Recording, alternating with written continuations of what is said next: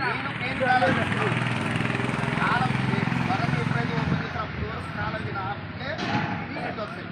అది కాలువకు తిప్పుకున్నారు.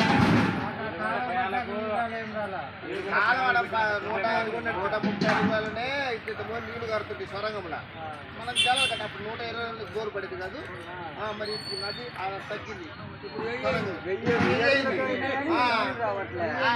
అయింది. అది తీసుకు ఆ తర్వాత మన పెద్ద పట్టిన నీళ్ళు అయ్యే మన చెరువు ఉండేది ఒక్క వాన పడ్డే కానీ ఈ అయినకున్న కాలం తీయటం వల్ల నీళ్ళు రాదు. ఇది మెయిన్ ఫ్యాక్టరీ, అన్ని కాలాలు అయిపోతున్నాయి. అది మనకేం కరువు నీళ్ళు.